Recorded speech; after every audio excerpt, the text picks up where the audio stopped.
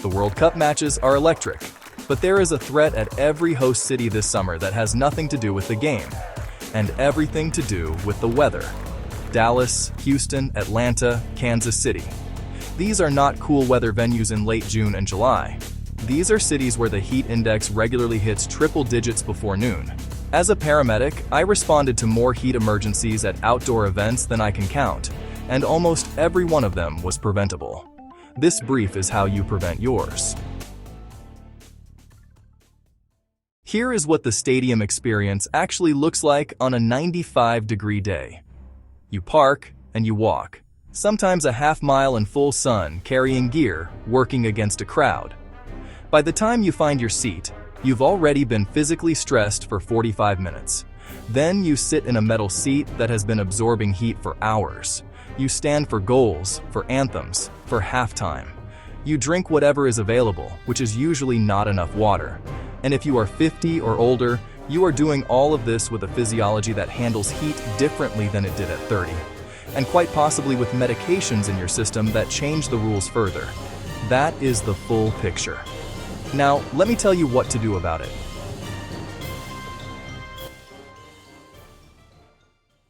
If you are traveling solo to these matches, or you have gotten separated from your group, heat compounds every other risk.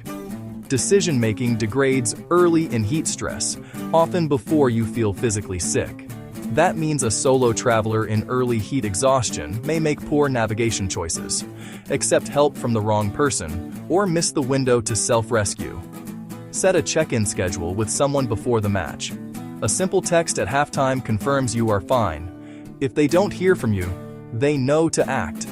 In an unfamiliar city, that one habit has real search and rescue value. And read your own signals. Irritability, difficulty concentrating, and a sudden urge to sit down are not personality quirks on a hot day. They are early heat stress symptoms. Honor them. Location hazards.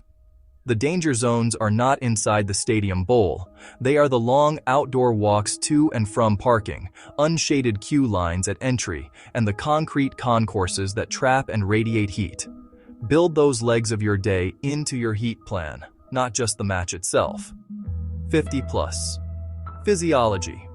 Heat tolerance declines with age for 3 primary reasons. Your sweat response is slower, meaning your cooling system takes longer to activate.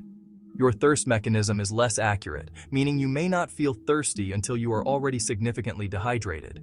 And your cardiovascular system works harder to move blood to your skin for cooling, which puts real strain on a heart that is already managing the demands of heat plus excitement plus physical movement.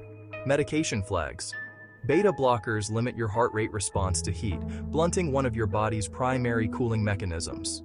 Diuretics, water pills, reduce your fluid reserve before you even start sweating. Antihistamines reduce sweating directly. If you are on any of these, your heat tolerance is meaningfully lower than average. Tell whoever is with you.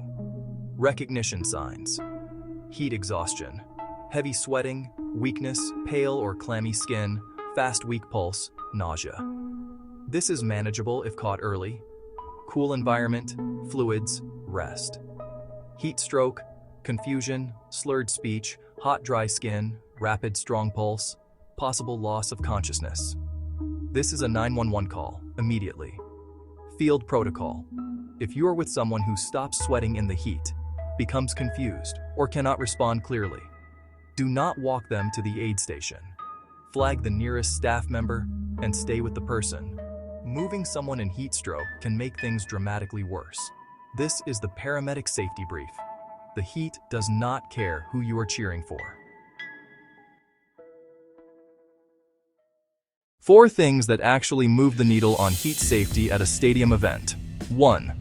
Start hydrating the morning of the match, not at the gate. You want to arrive already ahead, not trying to catch up in a hot concourse. 2. Bring electrolytes, not just water. Plain water without electrolytes in a heavy sweat situation can dilute your sodium levels and make things worse. Single-serve electrolyte packets weigh nothing and fit in any bag. 3. Use the shade map. Every major stadium has shaded concourse sections and shaded seating areas. They are rarely advertised but worth 10 minutes of pre-trip research.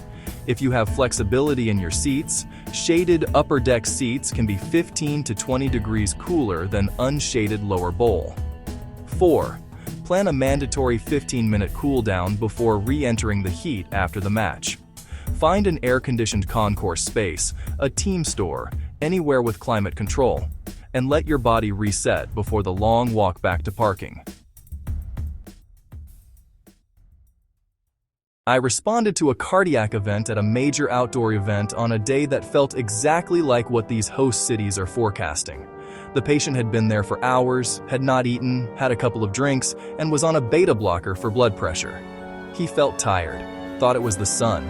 His wife thought he was just worn out from the walk. By the time she flagged a staff member, he had been symptomatic for over 90 minutes.